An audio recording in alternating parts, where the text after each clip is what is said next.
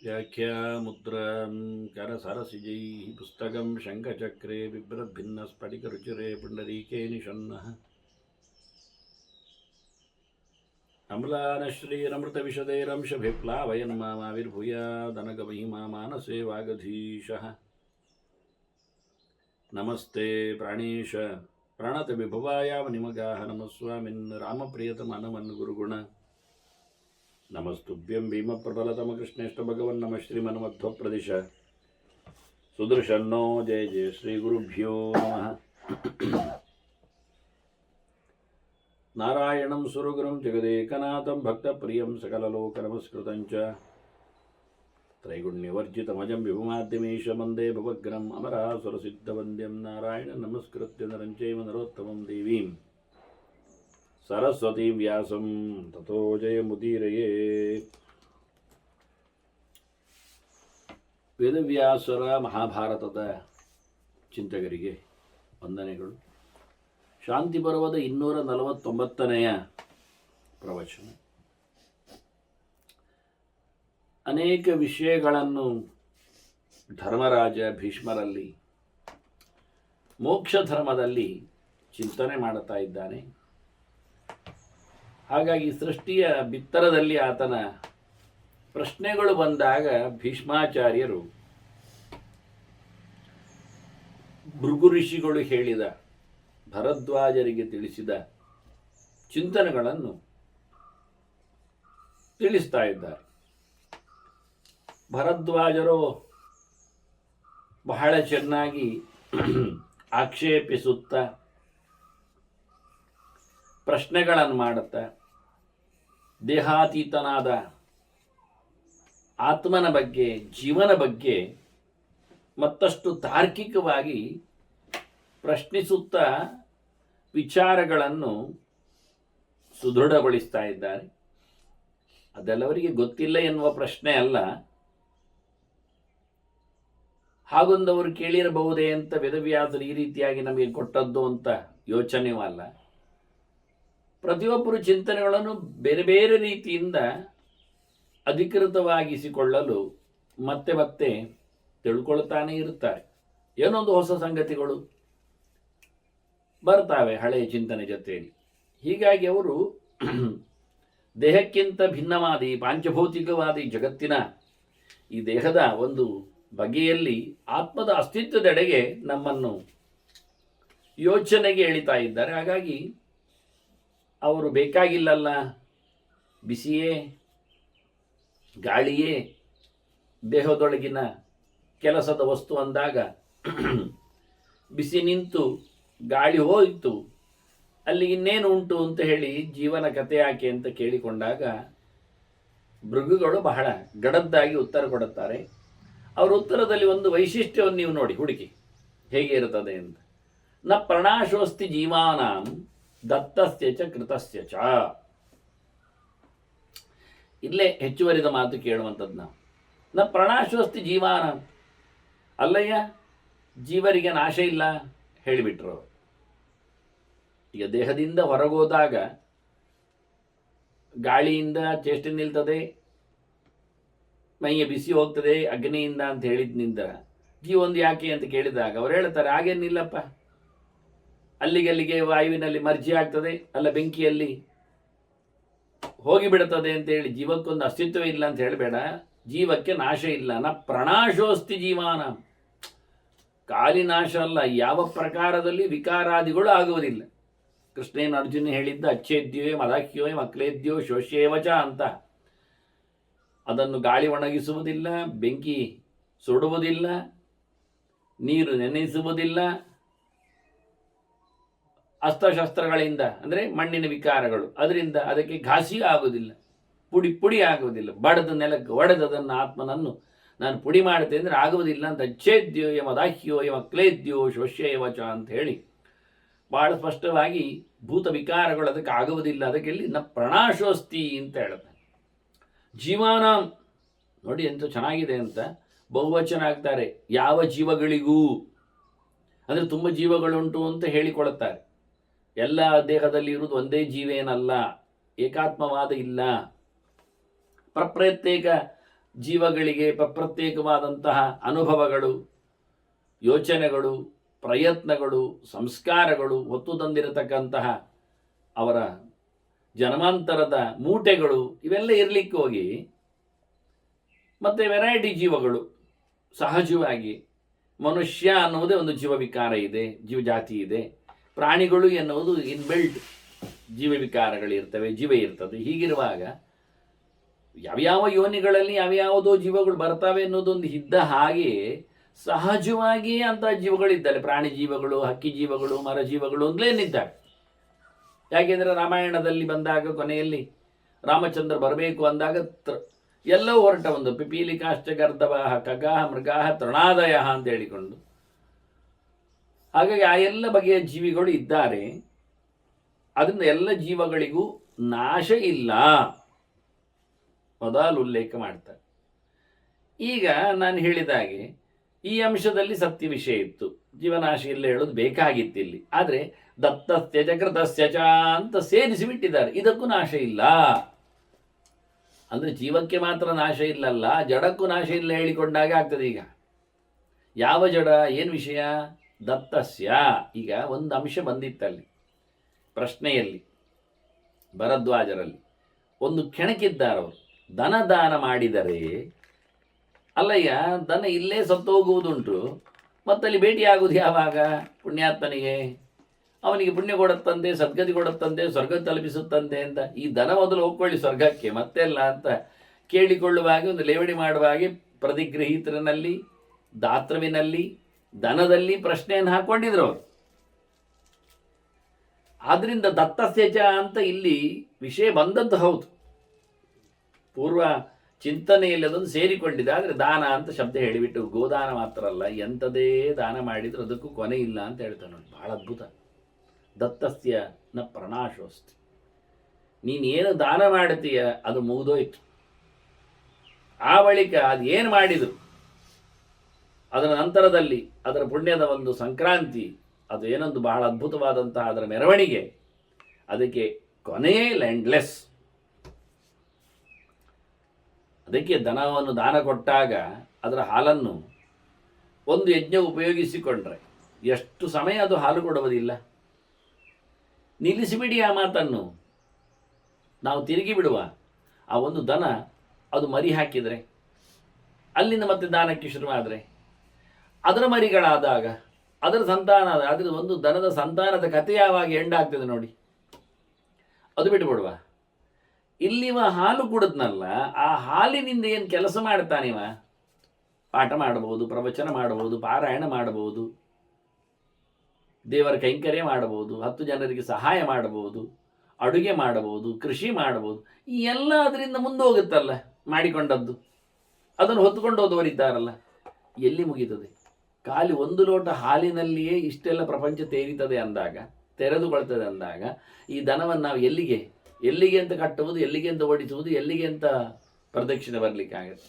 ಇದು ಕೇವಲ ದನದ ವಿಷಯ ಮಾತ್ರ ಅಲ್ಲ, ಎಂಥ ವಿಷಯದಲ್ಲಿ, ಯಾವುದೇ ಸೊತ್ತಿನ ದಾನದಲ್ಲಿಯೂ, ಯಾವುದೇ ವಿಷಯದ ಅಭಯದಾನ ಆಗಲಿ, ವಿದ್ಯಾದಾನ ಆಗಲಿ, ಜ್ಞಾನದಾನ ಆಗಲಿ, ದ್ರವ್ಯದಾನ ಆಗಲಿ, ಧನದಾನ ಆಗಲಿ, ಕನ್ಯಾದಾನ ಆಗಲಿ, ಅದು ದತ್ತಸ್ಯ ಚ. ಈಗ ಇದಕ್ಕೊಂದು ಸೇರಿಸಿದ್ರೆ ಇನ್ನು ಕೃತಸ್ಯ ಚ ಅಂತ ಸೇರಿಸ್ತಾರೆ ಈಗ ಭೃಗು ಮಹರ್ಷಿಗಳು. ಮಾಡಿದ್ದರ ಬಗ್ಗೆಯೂ ಕೊನೆಯಾಗುವುದಿಲ್ಲ. ಯಜ್ಞದಾನ ತವಕರ್ಮ ನತ್ಯಾಜ್ಯಂಕಾರಿ ಮೇವದದ್ದಂತ ಭಗವಂತನ ಆದೇಶದಲ್ಲಿ 3 ಬಗೆಯ ಕರ್ಮಗಳನ್ನು ಉಲ್ಲೇಖ ಮಾಡಿದಾಗ ದತ್ತದ ಬಗ್ಗೆ ಇಲ್ಲಿ ಉಲ್ಲೇಖ ಹೇಳಿದ್ದರಿಂದ ದಾನದ ಬಗ್ಗೆ, ಆದರೆ ಇನ್ನು ಯಜ್ಞ ಮತ್ತು ತಪಸ್ಸು 2 ಉಳಿದಿದೆ. ಅದನ್ನು ಯಜ್ಞ ಕರ್ಮ, ಯಜ್ಞಾಂಗವಾದ ದಾನ, ಯಜ್ಞಕ್ಕಾಗಿ ತಪಸ್ಸು. ಹಾಗಾಗಿ ಯಜ್ಞ ಅಂದರೆ ದೇವರ ಆರಾಧನೆ, ದೇವಪೂಜಾ ಪೂಜೆ ಎಂದು ಉದಾತ್ತವಾದ ಸಮಾರಾಧನೆ ಅಂತ ಇಟ್ಕೊಳ್ಳಿ. ಬಹಳ ಶ್ರೇಯ ಮಟ್ಟದ ಕರ್ಮ ಅಂತ ತಿಳ್ಕೊಳ್ಳಿ. ಕೃತ ಅಂದರೆ ಧರ್ಮ ಅಂತ ಇಟ್ಕೊಳ್ಳು. ಹಾಗಾಗಿ ಮಾಡಿದ ಎಲ್ಲ ಧರ್ಮಗಳ ವ್ರತ ನಿಯಮೋಪವಾಸಗಳಿರಲಿ, ಇನ್ಯಾವುದೋ ಬಗೆಯ ಕರ್ಮಗಳು, ಶಾಸ್ತ್ರವಿಹಿತವಾದ ಕರ್ಮಗಳಿರಲಿ, ಅದಕ್ಕೆಲ್ಲದಕ್ಕೂ ಕೊನೆ ಇಲ್ಲ. ಕೆಟ್ಟ ಕೆಲಸಕ್ಕೂ ಅದಕ್ಕೆ ಕೃತಸ್ಯ ಅಂದ, ಧರ್ಮಸ್ಯ ಅಂದಿಲ್ಲ, ಪುಣ್ಯಸ್ಯ ಅಂದಿಲ್ಲ. ಪುಣ್ಯ ಪಾಪಗಳೆರಡೂ ಕೃತಮೆ. ಆದ್ದರಿಂದ ಯಾವುದೇ ಕರ್ಮಗಳನ್ನು ಯಾರಾದರೂ ಮಾಡಿದರೆ ಭೋಗೇನೈವ ಪರೀಕ್ಷೆಯ, ಅವನಿಗಾದರೂ ಪ್ರಾರಬ್ಧ ಆದ್ದರಿಂದ ತಿಂದೇ ಖಾಲಿ ಆಗಲಿ. ಆದರೆ ಯಾವಾಗ ಅವನಿಗೆ ದೇವರು ಕಾಣ್ತಾರೆ, ಅಪರೋಕ್ಷ ಆಗ್ತದೆ. ಯಾವುದೋ ಒಂದು ಜನ್ಮದಲ್ಲಿ ಯಾವುದೋ ಒಂದು ದೇಹದಲ್ಲಿ ಅವನಿಗೆ ಭಗವಂತನ ಎಚ್ಚರ ಆಗ್ತದೆ, ದರ್ಶನ ಆಗ್ತದೆ. ಆ ಬಳಿಕ ಆತ ಪ್ರಾರಬ್ಧದ ಏನು ರಾಶಿಗಟ್ಟಲು ಅವನಿಗೆ ಮಾಡಿಕೊಂಡಿದ್ದರ ಹಿಂದಿನ ದೇಹಗಳನ್ನು ಪಡೀಲಿಕ್ಕೆ ಇನ್ನೊಂದು 1000 ಉಂಟು ಇಟ್ಕೊಳ್ಳಿ. ಮರಮಟ್ಟುಗಳು, ಕ್ರಿಮಿಕೀಟಗಳು, ಪ್ರಾಣಿ ಪಕ್ಷಿಗಳು, ಮನುಷ್ಯ ಎಲ್ಲ ಸೇರಿಕೊಂಡು ಸುಮ್ಮನೆ ಒಂದು ಲೆಕ್ಕ ಇರಲಿ. ಈಗ ಅವನಿಗೆ ದೇವರ ದರ್ಶನ ಆಯಿತು ಅಂದಾಗ ಆ 1000 ಅವನು ಮತ್ತೆ ಪಡಿಲೇಬೇಕು. ಅದು ಪ್ರಾರಬ್ಧ ಸ್ಟಾರ್ಟ್ ಮಾಡಿತ್ತು. ಆದರೆ ಆ 1000ವನ್ನು ಹೊತ್ತುಕೊಂಡಾಗ ಅವನೇನು ದೇವರ ಎಚ್ಚರ ಇಲ್ಲದೆ ತಪ್ಪು ಮಾಡಿಯಾನೋ, ಕುಡಿದಾನೋ, ಅನ್ಯಾಯ ಮಾಡಿದಾನೋ, ಆಗ ಅವನಿಗೇನೆಲ್ಲ ಬರ್ತದೆ ಕರ್ಮಗಳು, ಅದು ಇನ್ನು ಮುಂದೆ ಸೇರುವುದಿಲ್ಲ, ಸೇರ್ಪಡೆ ಆಗುವುದಿಲ್ಲ. ಯಾಕೆ ದೇವರು ನಮಗೆ ಕಂಡಿದ್ದಾನೆ.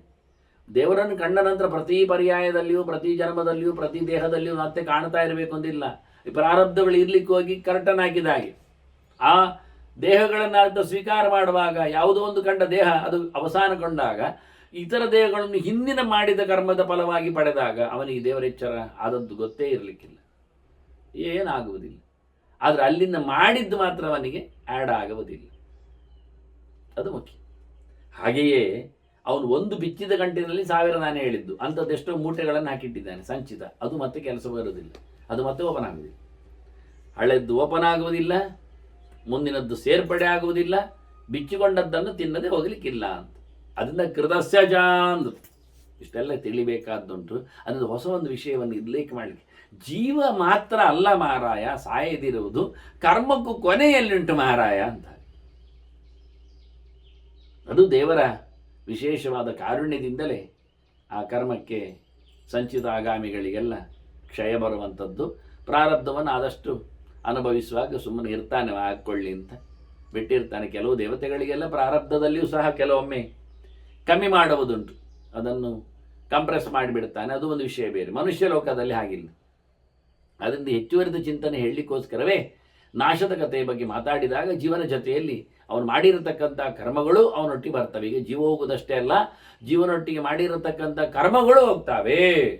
ಇನ್ನು ಗೌಜಿ ನೋಡ್ಯವ ಒಂದೇ ಇಲ್ಲ ಮಾಡ್ಲಿಕ್ಕೆ ಹೋಗಿ ಇವರು 3 ಉಂಟು ಮಾಡಿಬಿಟ್ರು. ಅವು ಕೊಟ್ಟದ್ದುಂಟು, ಅವ ಮಾಡಿದ್ದು ಉಂಟು, ಬಿಟ್ಟು ಹೋಗುವುದೇನುಂಟು. ಜೀವ ಮಾತ್ರ ಹೋಗುವುದಲ್ಲ, ಇಲ್ಲಿಂದ ಅವನ ಜೊತೆಯಲ್ಲಿ ಸಂಸ್ಕಾರವಾಗಿ ಅವನು ಮಾಡಿರತಕ್ಕಂಥ ಪುಣ್ಯಗಳು ಪಾಪಗಳು ಅದೆಲ್ಲವೂ ಕರ್ಮಾನುಗೋ ಗಚ್ಚತಿ ಜೀವ ಏಕಃ. ಜೀವ ಒಬ್ಬನೇ ಹೋದಾಗ ಅವನೊಟ್ಟಿಗೆ ಮಾಡಿರತಕ್ಕಂಥ ಕರ್ಮಗಳು ಬಂದು ಸೇರ್ತಾವೆ, ಮುತ್ತಿ ಆಗ್ತದೆ. ದಾನೋ ಒಂದು ಕರ್ಮ, ಆದ್ದರಿಂದ ಕೇವಲ ಒಂದು ಕರ್ಮ ಸಾಕಾಗ್ತದೆ ಹೇಳಲಿಕ್ಕೆ. ಒಳ್ಳೆದಿರಲಿ ಕೆಟ್ಟದಿರಲಿ ಮುಂದೆ ಅವನು ಉಣಲಿಕ್ಕೆ ಉಂಟು. ಕೈಯಲ್ಲಿ ಹೋಗುವಾಗ, ಸತ್ತು ಹೋಗುವಾಗ ಕೈಯಲ್ಲಿ ಒಂದು ಬುತ್ತಿ ಇಟ್ಕೊಂಡು ಹೋಗ್ತಾನೆ. ಆ ಬುತ್ತಿ ಯಾವುದು ಕೇಳಿದರೆ ಪುಣ್ಯ ಪಾಪಗಳ ಬುತ್ತಿ. ಅದನ್ನು ಆತ ಇನ್ನು ಸಾವಿರಾರು ಜನ್ಮಗಳ ಅಲ್ಲಿ ಅದು ಚಿಪ್ಪಿದ್ದಾಗೆ ಅದರೊಳಗೆ ಉಂಟು, ಎಲ್ಲ ತೇರಿಕೊಳ್ಳಿಕ್ಕೆ ಇದೆ ಅಂತ. ಯಾತಿ ದೇಹಾಂತರಂ ಪ್ರಾಣಿ, ಈ ಪ್ರಾಣವುಳ್ಳ ಯಾರು ಜೀವ ಇದ್ದಾನೆ ಅವನು ಇನ್ನೊಂದು ದೇಹವನ್ನು ಪಡಿತಾನೆ. ಇಲ್ಲಿ ಬಿಟ್ಟೋದ್ರಿಂದ ಸುಮ್ಮನೆ ಅತಂತ್ರವಾಗಿರುವುದಿಲ್ಲ. ಏನೋ ಗಾಳಿಯಲ್ಲಿ ಗಾಳಿ ಆದ, ಬೆಂಕಿಯಲ್ಲಿ ಬೆಂಕಿ ಆದ ಏನಲ್ಲ. ಅವನು ಹಾಗೆ ಹೇಳಲಿಕ್ಕೆಲ್ಲ ವಾತಾನಲಾತ್ಮಕ ಅಲ್ಲವ, ಅದಿರಲಿ, ಅಲ್ಲಿಗೆ ಬರುವಾಗ ಬಂದಿರಲಿ, ಆದರೆ ಅವನು ಮತ್ತೊಂದು ದೇಹವನ್ನು ಪಡಿತಾನೆ. ಅದಕ್ಕೆ ಕೆಲಸಗಳುಂಟು, ಅದು ಮತ್ತೆ ಚಿಂತನೆಯಲ್ಲಿ ಇಟ್ಕೊಳ್ಳೋ ದೇಹ ಯಾವಾಗ ಪಡಿತಾನೆ ಅನ್ನೋದು. ಮತ್ತೆ ಸತ್ತ ಕೂಡಲೇ ಅಂತ ಪಡೆಯುವುದಿಲ್ಲ. ಬಹಳ ಬಹಳ ತುಂಬ ರ್ಯಾರ್ ಕೇಸುಗಳು ಅದಕ್ಕೆಲ್ಲ ಇರಲಿ. ಮುಂದೆ ಶರೀರಂತೂ ವಿಶೀರ್ಯತೆ, ಅವನು ಬಿಟ್ಟೋದ ದೇಹ ಮಾತ್ರ ಕಂಪ್ಲೀಟ್ ಆಗಿ ಹಾಳಾಗಿ ಹೋಗ್ತದೆ, ಮುಗಿದೋಗ್ತದೆ. ಅದರಿಂದ ದೇಹಕ್ಕೆ ನಾಶ ಇದೆ, ಜೀವಕ್ಕೆ ನಾಶ ಇಲ್ಲ. ಇನ್ನೊಂದು ದೇಹವನ್ನು ಜೀವ ಪಡೆಯಲಿಕ್ಕೆ ಉಂಟು. ಅದು ಹೇಗೆ ಕೇಳಿದರೆ ಅದಕ್ಕೊಂದು ಅವನ ಅಗ್ನಿಯನ್ನು ಮಾತಾಡಿಸಿದ್ನಲ್ಲ, ಅಗ್ನಿ ದೃಷ್ಟಾಂತವನ್ನು ಕೊಡ್ತಾರೆ ನೋಡು. ಕಟ್ಟಿಗೆಯಲ್ಲಿ ಬೆಂಕಿ, ಹೌದಾ, ಉರಿತಾ? ಈಗ ಏನಾಯಿತು, ಕಟ್ಟಿಗೆ ಮುಗಿದೋಯ್ತು, ಬೆಂಕಿಯಲ್ಲಿ ಉಂಟು. ಬೆಂಕಿ ನಾಶ ಆಯ್ತು ಹೇಳೋದ? ಬೆಂಕಿ ಇಲ್ಲೇ ಹೇಳೋದ? ಯಥಾ ಸಮಿತ್ಸು ದಗ್ಧಾಸನ ಪ್ರಣಶ್ಯತಿ ಪಾವಕಃ, ಇಲ್ಲವಾ? ಬೆಂಕಿ ಸಾಯಿಲೇ ಇಲ್ಲ. ಕಟ್ಟಿಗೆ ಇಲ್ಲದೆ ಇದ್ದದ್ರಿಂದ ಬೆಂಕಿಗೆ ಜಾಗ ಇಲ್ಲ ಅಷ್ಟೇ, ಹೋಯ್ತು. ಇಲ್ಲ ಅಂತೇಳಿ ಭರದ್ವಾಜರು ಮತ್ತೆ ಹೇಳ್ತಾರೆ, ಅದು ಹೇಗೆ ನಜಾಗ್ನಿಯನ್ನು ಅವಲಭ್ಯತೆ ಸಜಾಗ್ನಿಯನ್ನು ಅವಲಭ್ಯತೆ, ಅಲ್ಲಿ ಬೆಂಕಿ ಕಾಣ್ತದೆ ನಮಗೆ, ಇಲ್ಲಲ್ಲ. ಆದ್ರಿಂದ ಬೆಂಕಿ ಇಲ್ಲ, ಆದ್ರಿಂದ ನಶ್ಯತೀತ್ಯೇವ ಜಾನಾಮಿ, ನಾನು ಹೋಯ್ತು ಅಂತ ತಿಳ್ಕೊಳ್ಳುತ್ತೆ. ಆಚೀಚೆ ಕೈ ಹಾಕಿದ್ರೆ ಎಲ್ಲಿ ಸಹ ಬಿಸಿಯೇ ಇಲ್ಲ, ಬೆಂಕಿ ಬಿಸಿ ಇರಬೇಕಲ್ಲ. ಕೈ ಆಡಿಸಿ ನೋಡಿ ಆಯಿತು. ಸ್ಪರ್ಶದಲ್ಲಿ ನಿಜವಾಗಿ ಬೆಂಕಿ ಸ್ಪರ್ಶದಿಂದ ಗೊತ್ತಾಗ್ತದೆ ನಮಗೆ. ಕಣ್ಣಿಗೂ ಕಾಣ್ತದೆ, ರೂಪ ಇರ್ತದೆ, ಕಣ್ಣಿಗೆ ಕಾಣೋದಿಲ್ಲ ಇಟ್ಟುಕೊಳ್ಳುವ, ಬಹಳ ಸೂಕ್ಷ್ಮ ಎತ್ತುಕೊಳ್ಳುವ, ಯಾವುದೋ ಒಂದರೊಳಗೆ ಅವಿತುಕೊಂಡು ಕೂತಿಟ್ಕೊಳ್ಳುವ. ಈ ಕಬ್ಬಿಣದ ಗುಂಡಿದ್ದಾಗೆ ಬಿಸಿ ಮಾಡಿದ ಕಬ್ಬಿಣದ ಒಂದು ಉಂಡೆ ಇದ್ದು ಬಿಟ್ರೆ ನಮಗೆ ಬೆಂಕಿ ಕಾಣುವುದಿಲ್ಲ. ಅದು ಕಬ್ಬಿಣ ಅಂತ ತಿಳ್ಕೊಳ್ತೇವೆ, ಅದ್ರ ಹತ್ತಿರ ಹೋದಾಗ ಬಿಸಿ ಕಾಣ್ತದೆ. ಉಷ್ಣ, ಆದರೆ ಅದು ಅಗ್ನಿಮಯ ಆಗಿದೆ ಅಂತ ಅರ್ಥ ಆಗ್ತದೆ. ಹಾಗೆ ಇಲ್ಲಿ ಎಂಥದಿಲ್ಲ, ಸುಟ್ಟೋದ ಕಟ್ಟಿಗೆಯಲ್ಲಿ ಬೂದಿಗಳ ರಾಶಿಯಲ್ಲಿ ಬೆಂಕಿ ಅಂತೂ ಇಲ್ಲ ಆಗಿದೆ, ನಾನು ಇಲ್ಲ ಅಂದರೆ ತಿಳ್ಕೊಳ್ತೇನೆ. ಅಲ್ಲ, ಗತಿರ್ಯಸ್ಯ ಪ್ರಮಾಣವೋ ಸಂಸ್ಥಾನವ ನ ದೃಶ್ಯತೆ, ಅದು ಇರುವ ಜಾಗ ಕಾಣ್ತದ, ಅದು ಹೋದದ್ದು ನಮಗೆ ಪ್ರಮಾಣ ಉಂಟಾ, ಅಳತೆ ವ್ಯವಸ್ಥೆ ರೂಪ ವಿಶೇಷ ಹೀಗೆ ಹೇಳಿಕೊಂಡು ಎಲ್ಲಿ ಅದು ಹೋದದ್ದು ಗೊತ್ತಿಲ್ಲ, ಇರುವುದು ಗೊತ್ತಿಲ್ಲ, ಅದರ ಕಥೆಯೂ ಅರ್ಥ ಆಗುವುದಿಲ್ಲ, ಅದು ಎಲ್ಲಿ ಉಂಟು ಹೇಳೋದೆಲ್ಲ. ಮರದಲ್ಲಿತ್ತು ಮರವೋ ಇತ್ತು, ಮರದ ಇನ್ನಿನ್ ಮರವೂ ಇಲ್ಲ. ಭೃಗು ಋಷಿಗಳು ಹೇಳ್ತಾರೆ, ನೋಡಪ್ಪ, ಸವಿಧಾಂ ಉಪಯೋಗಾಂತೆ ಸ್ವಲಿಂಗೈ ಉಪಲಭ್ಯತೆ ಆಕಾಶಾನುಗತತ್ವಾಧಿ ದುರ್ಗ್ರಹ ಸ ನಿರಾಶ್ರಯ. ಬೆಂಕಿ ಸಮಿತಿಯಲ್ಲಿತ್ತು ಎನ್ನುವುದು ಸತ್ಯ, ಕಟ್ಟಿಗೆಯಲ್ಲಿ ಅದನ್ನು ಉಪಯೋಗಿಸಿಕೊಂಡಾಗ ಅದು ಹೋಯ್ತು ಎನ್ನುವುದು ಸತ್ಯ. ಆದರೆ ಅದು ತನ್ನ ಪಾಡಿಗೆ ತಾನು ಉಂಟು ಮಾತ್ರ.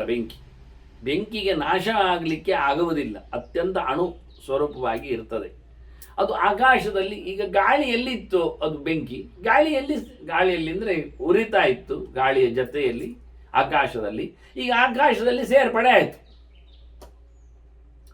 ಇನ್ನೊಮ್ಮೆ ಭೃಗು ಋಷಿಗಳು ಹೇಳಿದರು, ಎಲ್ಲದರ ಬಣ್ಣ ಒಂದೇ ಬಗೆ ಸ್ಪಷ್ಟ ಆಗುವುದು ಬಹಳ ಕಷ್ಟ ಅಂತ.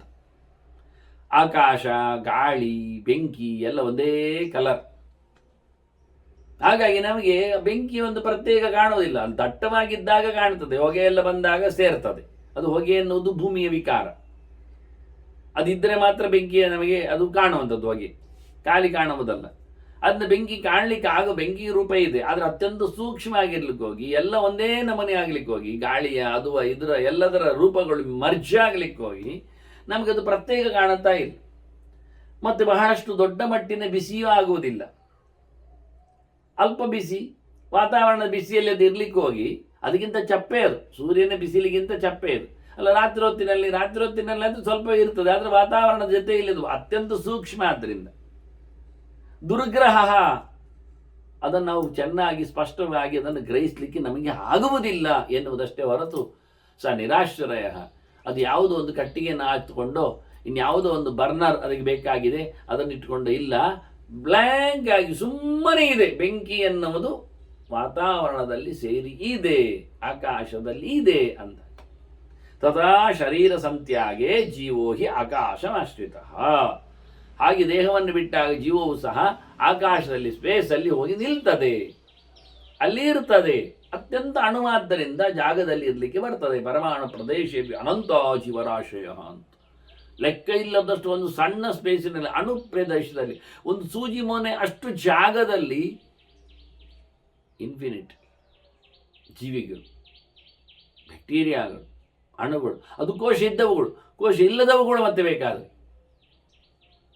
ಪಾಂಚಭೌತಿಕವಾದ ದೇಹ, ಇನ್ನು ಸೂಕ್ಷ್ಮ ದೇಹ, ವಾಯುವೀಯ ಶರೀರ, ಚೈತಸವಾದ ದೇಹ, ಇವನ್ನೆಲ್ಲ ಹೊತ್ತುಕೊಂಡಿದ್ದಾಗಿ ನ ಗೃಹ್ಯತೇತು ಸೂಕ್ಷ್ಮತ್ವಾತ್, ಅತ್ಯಂತ ಸೂಕ್ಷ್ಮ ಆದ್ದರಿಂದ ನಮಗೆ ಸ್ವೀಕಾರ ಮಾಡಲಿಕ್ಕೆ, ಹಿಡಿಲಿಕ್ಕೆ, ಅದರ ಗಮನಕ್ಕೆ ಬರುವುದಿಲ್ಲ. ಎಷ್ಟು ಸ್ಪಷ್ಟ ಹೇಳ್ತಾನೆ. ಸೂಕ್ಷ್ಮದರ್ಶಕ ಯಂತ್ರದಿಂದ ನೋಡಿದ್ದು ನೀವು ಅತಿ ಸೂಕ್ಷ್ಮವಾದದ್ದನ್ನು ಇನ್ನೂ ಸೂಕ್ಷ್ಮವಾದದ್ದೇನು ಮಾಡ್ತೀರಿ? ಒಂದು ವಸ್ತುವನ್ನು 3 ಲಕ್ಷ ಪಟ್ಟು ಹಿಗ್ಗಿಸುವಷ್ಟು ನೋಡುವ ಸೂಕ್ಷ್ಮದರ್ಶಕ ನಾವು ತಯಾರು ಮಾಡಿದ್ದೇವೆ. ಅದಕ್ಕೂ ಸೂಕ್ಷ್ಮವಾದದ್ದು ಪದಾರ್ಥಗಳಿರಲಿಕ್ಕಾಗಿ ಆಗುವುದೇ ಇಲ್ಲ. ಇನ್ನು 10 ಲಕ್ಷ ಮಿಗಿಲಾಗುವಂಥದ್ದನ್ನು ತಯಾರಿಸಬೇಕು, ಅದಕ್ಕೂ ಮಿಗಿಲಾದದ್ದು ಅತಿ ಅಣುತರವಾದದ್ದು ಮತ್ತು ಸಿಗ್ತದೆ, ಆಗುವುದೇ ಇಲ್ಲ. ನಮ್ಮ ಮೈಕೈಗಳಲ್ಲಿ ಎಷ್ಟೆಲ್ಲ ಬ್ಯಾಕ್ಟೀರಿಯಾಗಳಿವೆ, ಎಷ್ಟು ಚೆನ್ನಾಗಿ ಎಲ್ಲಾಡ್ತಾ ಓಡ್ತಾ, ಏನು ವಿಚಿತ್ರ ವಿಚಿತ್ರ ಆಕಾರಗಳೆಲ್ಲವೇ ಇರ್ತದೆ. ಬಾಯಿ ತುಂಬ, ಮೋರೆ ತುಂಬ, ಮೈ ತುಂಬ ಮೈಕ್ರೋಬ್ಸ್ಗಳ ನೆಲೆಯಲ್ಲಿ ನೋಡಿಕೊಂಡಾಗ, ಹೊಟ್ಟೆ ತುಂಬ ಪದಾರ್ಥಗಳ ಜೊತೆಯಲ್ಲಿ ಸಾಧ್ಯವೇ ಇಲ್ಲದ ಬದುಕು ಜೀವರಾಶಿಗಳ ಕತೆ ಉಲ್ಲೇಖ ಮಾಡ್ತಾರೆ. ಆದ್ದರಿಂದ ಇದೆ ಎನ್ನುವುದು ಸತ್ಯ, ಗಾಳಿಯಲ್ಲಿ, ಆಕಾಶದಲ್ಲಿ ಇದೆ, ನಾವು ಸಿಗ್ತಾ ಇಲ್ಲ, ಗೊತ್ತಾಗ್ತದೆ. ಪ್ರಾಣಾನ್ ಧಾರಯತೆ ಯೋಗ್ನಿ ಸಜೀವಪಥಿಯತ್. ಪ್ರಾಣವನ್ನು, ಚೇಷ್ಟೆಯನ್ನು, ದೇಹದ ಧಾರಣೆಯನ್ನು ಮಾಡಿಕೊಂಡಿರತಕ್ಕಂಥ ಏನೊಂದು ಬಿಸಿ ಇತ್ತು ದೇಹದಲ್ಲಿ, ಅದೇ ಜೀವನ್ ತಗೋ. ಜೀವವು ಬಿಸಿಯಾಗಿರುವುದೇ, ಒಂದು ಲೈನ್ಸ್, ಒಂದು ಬೆಂಕಿ ಕಿಡಿಯಂತೆ, ಬೆಳಕಿನ ಗೆರೆಯಂತೆ ಜೀವ. ಹಾಗಾಗಿ ಜೀವ ಏನಾಗ್ತದೆ? ಹೋಯ್ತು ಹೇಳಿದರೆ ಆಕಾಶದಲ್ಲಿ, ಗಾಳಿಯಲ್ಲಿ ಅದು ನಿಲ್ತದೆ, ಹೋಯ್ತು. ವಾಯು ಸಂಧಾರಣೋ ಹಿ ಅಗ್ನಿ, ಗಾಳಿಯಲ್ಲಿ ಅಗ್ನಿ ನಿಲ್ತದೆ, ಅಗ್ನಿ ರೂಪದಲ್ಲಿ ಜೀವ ಇದ್ದಾನೆ, ಅದರಿಂದ ಮುಗಿದೋಯ್ತು. ಯಾವತ್ತು ಹೋಗ್ತದೆ? ನಶ್ಯತಿ ಉಚ್ಛ್ವಾಸ ನಿಗ್ರಹ. ದೇಹದ ಒಳಗೆ ಗಾಳಿ ಕಂಪ್ರೆಸ್ ಆದಾಗ ನಿಂತು ಬಿಟ್ಟಾಗ ಮೇಲೆ ಕೆಳಗೆ ಹೋಗುವಂಥ ಆಯಾತ ವ್ಯಯಾತಗಳಲ್ಲಿ ಒಂದೊಮ್ಮೆ ಗಾಳಿ ಆಗಿ ಹೋಗಿದ್ರೆ ಕೊನೆಯ ಗಾಳಿಯಲ್ಲಿ ಅದು ಅಗ್ನಿ ರೂಪದ ಜೀವ ಹೊರ ಹೋಗಿಬಿಡುತ್ತೆ. ಇಲ್ಲ, ಆಗಾಗಲೇ ನಾವು ವಾತಾವರಣಾತ್ಮಕ ಅಂತ ಹೇಳಿ ಆಗಿತ್ತು. ಗಾಳಿ ಬೆಂಕಿಯ ಜೊತೆಯಲ್ಲಿ ಇರತಕ್ಕಂಥವನಾಗಿ ಜೀವ ಕಾಣುತ್ತಾನೆ ಅಂತ ಅವನೇನು ಪ್ರಶ್ನೆ ಮಾಡಿಕೊಂಡಿದ್ದ, ಚಿಂತನೆ ಮಾಡಿದ್ದ, ಅದರ ಇನ್ನೊಂದು ಮುಖ್ಯವನ್ನು ಉಲ್ಲೇಖ ಮಾಡುತ್ತಾ ಜೀವ ವಾತಾವರಣದಲ್ಲಿ ಆಕಾಶದಲ್ಲಿ ಲೀನವಾಗುವ ಬೆಂಕಿಯ ರೂಪವನ್ನು ಚಿಂತನೆಗೆ ತಂದಿತ್ತು. ತಸ್ಮಿನ್ನಷ್ಟೇ ಶರೀರಾಗ್ನೌ ಶರೀರಂ ತದಚೇತನ. ಹೀಗೆ ಶರೀರದಲ್ಲಿರತಕ್ಕ ಅಗ್ನಿರೂಪದ ಜೀವ ಅಲ್ಲಿಂದ ಹೊರಟೋದಾಗ ದೇಹ ಚಪ್ಪೆ ಕಡ್ತದೆ, ಜಡವಾಗಿ ಬಿಡುತ್ತದೆ, ನಿಶ್ಚೇಷ್ಟಿತವಾಗ್ತದೆ. ಪತಿತಂ ಯಾತಿ ಭೂಮಿತ್ವಂ ಅಯನಂತ ಸ್ಥಿತಿ. ನೆಲಕ್ಕೆ ಉರುಳುತ್ತದೆ, ನಿಲುಗಡೆಯನ್ನು ಪಡೆಯುವುದಿಲ್ಲ. ಆದ್ದರಿಂದ ಈ ಜಡಕ್ಕೆ, ದೇಹಕ್ಕೆ ಯಾವುದು ನೆಲೆಗಟ್ಟು ಕೇಳಿದರೆ ನೆಲವೇ ನೆಲೆಗಟ್ಟು. ಅದರಿಂದ ನೆಲಕ್ಕೆ ಬೀಳುತ್ತದೆ, ನೆಲದಲ್ಲಿ ಮಲಗಿ ಬಿಡ್ತದೆ. ಆದ್ದರಿಂದ ಶರೀರವನ್ನು ಮಲಗಿಸಿ ಬಿಡ್ತಾರೆ. ಕೊನೆಗೆ ಜೀವ ಹೋದಾಗ ಅದಕ್ಕೆ ಗತಿ ಯಾವುದು ಕೇಳಿದ್ರೆ ಮತ್ತೇನಿಲ್ಲ, ಅದು ತನ್ನನ್ನು ತಾನು ಧಾರಣೆ ಮಾಡಿಕೊಳ್ಳುವುದಿಲ್ಲ. ಧಾರಣೆ ಮಾಡಿಕೊಳ್ಳಿಕ್ಕೆ ಇವತ್ತು ಅದರಲ್ಲಿ ಚೇಷ್ಟಕವಾದ ಬೆಂಕಿ ಇಲ್ಲ. ಬೆಂಕಿ ಎನ್ನುವುದು ಊರ್ಧ್ವಗತಿಯಲ್ಲಿರುವಂಥದ್ದು, ಎಲ್ಲವೂ ಅಧೋಗತಿ. ಎರಡು ಮುಂದೆ ಹೇಳ್ತಾರೆ ಅವರದನ್ನು. ನೀರು ಮತ್ತೆ ಮಣ್ಣು ಅದು ಎರಡು ಅಧೋಗತಿ. ನೀವು ನೀರನ್ನು ಮೇಲೆ ಎಸೆದರೂ ಕೆಳಗೆ ಬೀಳುತ್ತದೆ, ಕೆಳಗೆ ಹರಿತದೆ. ಮಣ್ಣನ್ನು ಮೇಲಕ್ಕೆ ಎಸೆದರೂ ಕೆಳಗೆ ಹಾರ್ತದೆ, ಕೆಳಗೆ ಹೋಗ್ತದೆ. ಬೆಂಕಿಯನ್ನು ಕೆಳಗೆ ದೂಡಿದರೂ ಮೇಲೆ ಬರ್ತದೆ. ಅದನ್ನ ಬೆಂಕಿಯ ಗತಿ ಮೇಲ್ಮುಖವಾದದ್ದು. ಅಷ್ಟು ಹಗುರ ಅಂತ ತಿಳ್ಕೊಳ್ಬೇಕಾದ್ರೆ ಈ ಆಕರ್ಷಣೆಗೆ ಅದು ನಿಲುಕದ್ದು ಅಂತ ಅರ್ಥ ಮಾಡಿಕೊಳ್ಳಿ. ಹೀಗಾಗಿ ಏನಾಯಿತು, ಶ್ವಾಸೋಚ್ಛ್ವಾಸದಲ್ಲಿ ವಾಯು ನಿಗ್ರಹ ಮಾಡಿಕೊಂಡಿದ್ದಾಗ ಆ ಬೆಂಕಿ ಅಲ್ಲೇ ಕೂತು ಅಲ್ಲಾಡ್ತಾ ಇತ್ತು, ಜೀವ ಅಲ್ಲೇ ಇತ್ತು. ಗಾಳಿ ಏನು ಅಲ್ಲಾಡ್ಲಿಕ್ಕೆ ಶುರುವಾಗಲಿಲ್ಲ, ಗಾಳಿ ಹೊರಗೆ ಹಾರಿತು. ಚೇಷ್ಟೆ ಮಾಡಲಿಕ್ಕೆ ಬಾರದೇ ಇದ್ದಾಗ ಈ ಜೀವಾಗ್ನಿಯು ಸಹ ಹೊರಗೆ ಹಾರಿಕೊಂಡು ಬಿಟ್ಟ. ಬೆಂಕಿ ಹಾರಿದೆ ಅಂದಾಗ ನೆಲ ಕಚ್ಚಲೇಬೇಕು. ಈ ದೇಹ ಬಿದ್ದಿತು. ಜಂಗಮಾನಾಮಿ ಸರ್ವೇಷಾಂ ಸ್ಥಾವರಾಣಾಂ ತಥೈವ ಚ ಆಕಾಶಂ ಪವನೋಭ್ಯೇತಿ ಜ್ಯೋತಿಸ್ತಮನು ಗಚ್ಚತಿ. ಇದು ಮರಮಟ್ಟುಗಳಿಗೂ ಹಾಗೆ, ಪಕ್ಷಿ ಪ್ರಾಣಿ ಪ್ರಪಂಚಕ್ಕೂ ಹಾಗೆ. ಎಲ್ಲದರಲ್ಲಿ ಒಂದೇ ನವನಿ. ಅವುಗಳದ್ದು ಜೀವಜ್ಯೋತಿ ಗಾಳಿಯ ವ್ಯವಸ್ಥೆಯಲ್ಲಿ ಆಕಾಶದಲ್ಲಿ ಲೀನ ಆಗಿ ಬಿಡುತ್ತದೆ, ಆಕಾಶವನ್ನು ಸೇರಿ ಬಿಡುತ್ತದೆ. ಗಾಳಿ ಆಕಾಶದಲ್ಲಿರುವುದು ಬಹಳ ಖುಷಿ. ಅದು ಸದಾ ಗತಿ. ಅದಕ್ಕೆ ಮಾತರಿಶ್ವ ಅಂತ ಹೆಸರು. ತನ್ನ ನಿರ್ಮಾತ್ರವಾದ ಆಕಾಶದಲ್ಲಿ ತಿರುಗ್ತದೆ. ಆಕಾಶಾದ ವಾಯು ಅಂತ ಹೇಳಿದಾಗೆ ಅದನ್ನು ಮಾತರಿಶ್ವ ಉಂಟಲ್ಲ ಗಾಳಿ, ಅದು ಆಕಾಶದಲ್ಲಿ ಹರಡುತ್ತದೆ. ಈ ಬೆಂಕಿ ಕಿಡಿ ಅದರ ಜೊತೆಯಲ್ಲಿ ಸೇರಿಕೊಳ್ತದೆ. ತೇಷಾಂ ತ್ರಯಾಣಾಂ ಏಕತ್ವಂ. ಈ ಮೂರಕ್ಕೆ ಒಂದೇ ವ್ಯವಸ್ಥೆ. ಆಕಾಶದಲ್ಲಿ ಗಾಳಿ, ಗಾಳಿಯಲ್ಲಿ ಬೆಂಕಿಯ ಪವರ್, ಶಕ್ತಿ. ಹೀಗಾಗಿ ಮೂರು ಒಂದಾಗಿರ್ತದೆ. ಇವು ಮೂಳೆ ಒಂದೇ ಕಡೆಯಲ್ಲಿ ಇರುತ್ತೆ. ತೇಷಾಂ ತ್ರಯಾಣಾಂ ಏಕತ್ವಂ ದ್ವಯಂ ಭೂಮೋ ಪ್ರತಿಷ್ಠಿತಂ. ನೆಲದಲ್ಲಿ ಎರಡು, ನೀರು ಮತ್ತೆ ಮಣ್ಣು ನೆಲದಲ್ಲಿ. ಅದನ್ನು ಅಗೆದಾಗ ನೀರು ಸಿಗ್ತದೆ. ಮಣ್ಣಿನ ಅಡಿಯಲ್ಲಿ ನೀರಿದೆ. ಮಣ್ಣು ನೀರು ಒಂದು ಕಡೆ, ಗಾಳಿ ಬೆಂಕಿ ಆಕಾಶ ಒಂದು ಕಡೆ. ಇದು ಎರಡನ್ನು ಎರಡು ಪ್ರಕಾರ ಮಾಡಿದ್ರು. ಯತ್ರ ಖಂ ತತ್ರ ಭವನಃ ತತ್ರಾಗ್ನಿ ಯತ್ರ ಮಾರುತ. ಎಲ್ಲಿ ಏನು ಅಂತ ಹೇಳ್ತಾರೆ ನೋಡಿ ಬಹಳ ಚಂದವಾಗಿ. ಎಲ್ಲಿ ಆಕಾಶ ಇದೆಯೋ ಯತ್ರ ಖಂ ತತ್ರ ಭವನಃ, ಅಲ್ಲಿ ಗಾಳಿ ಇದೆ. ಆಕಾಶ ಇದ್ದಲ್ಲಿ ಗಾಳಿ ಇದೆ. ಗಾಳಿಗೆ ಕೆಲಸ ಏನು ಕೇಳಿದರೆ ಜಾಗ ಇದ್ದಲ್ಲಿ ಹೋಗುವುದು ಅಂತ ತಮಗೆ ಗೊತ್ತದು. ಅದು ಸೈನ್ಸ್, ಭೌತ ವಿಜ್ಞಾನ ಅಂತ ಹೇಳಿ. ಎಲ್ಲಿ ಜಾಗ ಇರ್ತದೆ ಅಲ್ಲಿ ನುಗ್ತದೆ ಗಾಳಿ ಅಂತ ಆಯ್ತಲ್ಲ. ಹಾಗಾಗಿ ಜಾಗ ಇದೆ ಅಂತ ಆದರೆ ಯತ್ರ ಖಂ ತತ್ರ ಭವನ. ಬಹಳ ಚಂದವಾದಂಥ ವಿಜ್ಞಾನವನ್ನೇ ಹೇಳ್ತಾರೆ. ಯತ್ರ ಪವನಃ ತತ್ರಾಗ್ನಿ ಅಂತಾರೆ. ತತ್ರಾಗ್ನಿ ಯತ್ರ ಮಾರುತಃ.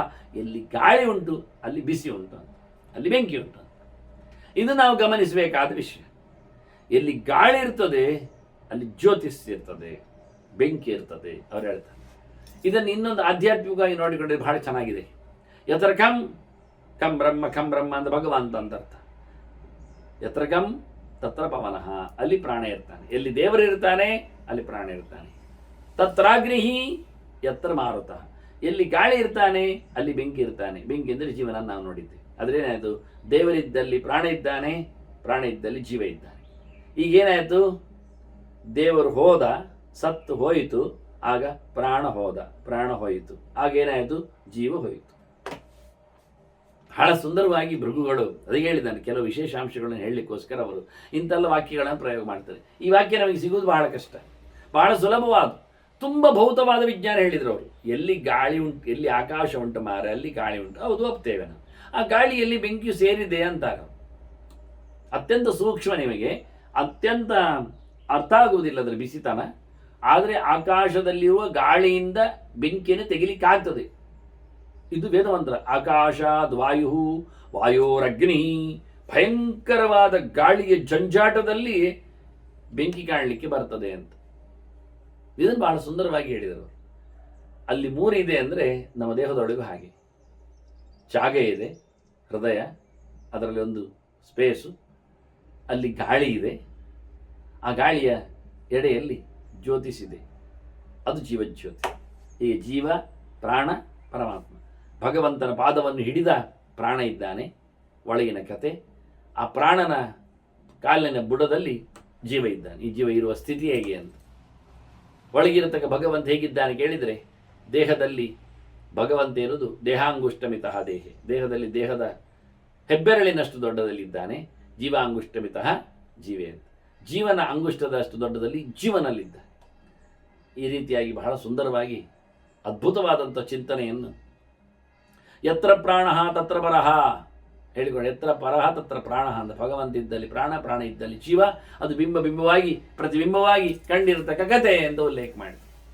ಆದರೆ ನೀವು 3 ಕಾಣುವುದಿಲ್ಲದನ್ನು ಅಮೂರ್ತಯ ತೇ ವಿಜ್ಞೇಯ.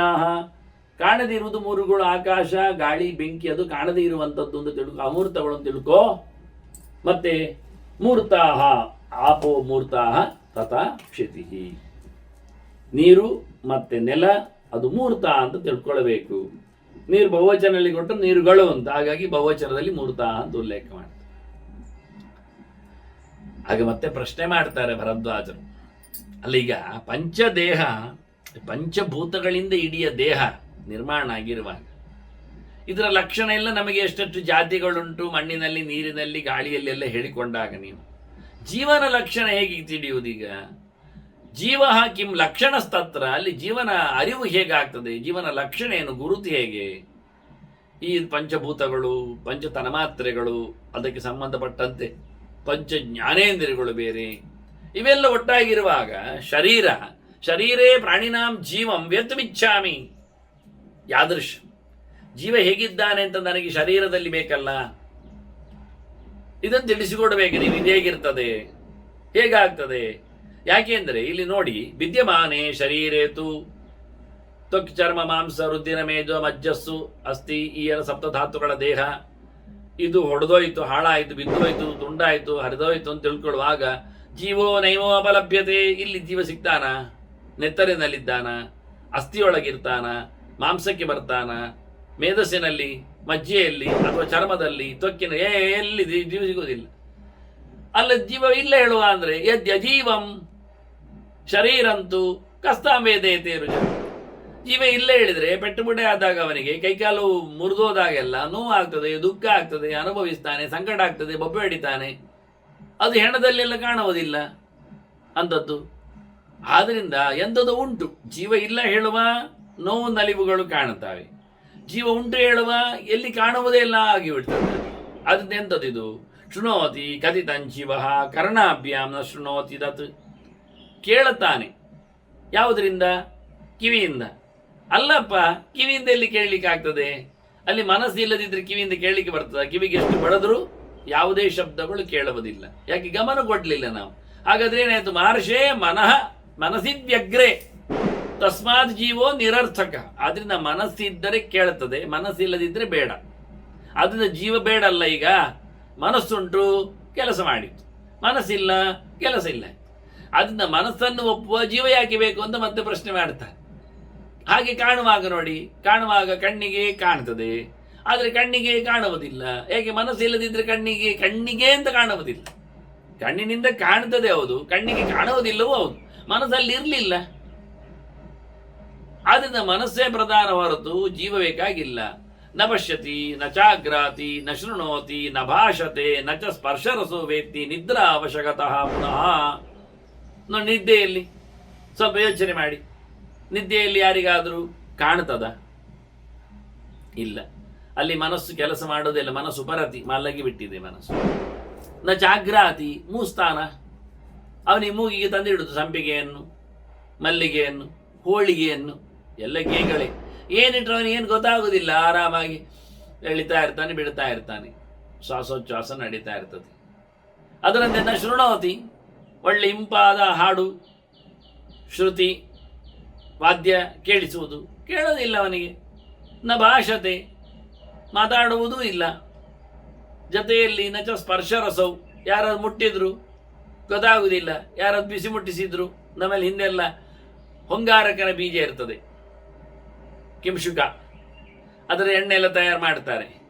ಅದರ ಪುಷ್ಪ ಏನಷ್ಟು ದೊಡ್ಡ ಸಂಗತಿ ಅಲ್ಲ, ವಾಸನೆ ದೊಡ್ಡ ಪರಿಮಳ ಅಲ್ಲ, ಬಹಳ ಆಗ್ತದೆ ಆ ಬೀಜಗಳು. ನಾವು ಆಡ್ಲಿಕ್ಕೆ ಅದನ್ನು ಪಡಿತಿದ್ದೆವು. ಹೊಂಗಾರಕನ ಎಣ್ಣೆ ಅದು ಕಣ್ಣಿಗೆಲ್ಲ ಭಾರಿ ವಿಶೇಷ ಅಂತೆಲ್ಲ ಹೇಳ್ತಿದ್ರು. ಆ ದೀಪವನ್ನು ಮಾಡಿಕೊಂಡು ಬೀಜ ಸಣ್ಣದಿರ್ತದೆ. ಅವರೆಕಾಳು ದೊಡ್ಡ ಗಾತ್ರದ ಅವರೆಕಾಳಿನಾಗಿ ಇರ್ತದೆ. ಅದನ್ನು ನೆಲಕ್ಕೆ ತಿಕ್ಕುವುದು ಒಂದು 10-20 ಸರ್ತಿ ಮೆಲ್ಲಕ್ಕೆ. ಇನ್ನೊಬ್ಬರಿಗೆ ಮೈಗೆ ಅದನ್ನು ಮುಟ್ಟಿದ್ರೆ ಭಯಂಕರ ಬಿಸಿ ಇರ್ತದೆ, ಕಪ್ಪು ಬರುವಷ್ಟು ಬಿಸಿ ಆಗ್ತದೆ. ಕೆಲವೊಮ್ಮೆ ಆ ಕಾಯಿ ಕೈಯಲ್ಲಿ ಹಿಡಿಲಿಕ್ಕೆ ಬರ್ತದೆ.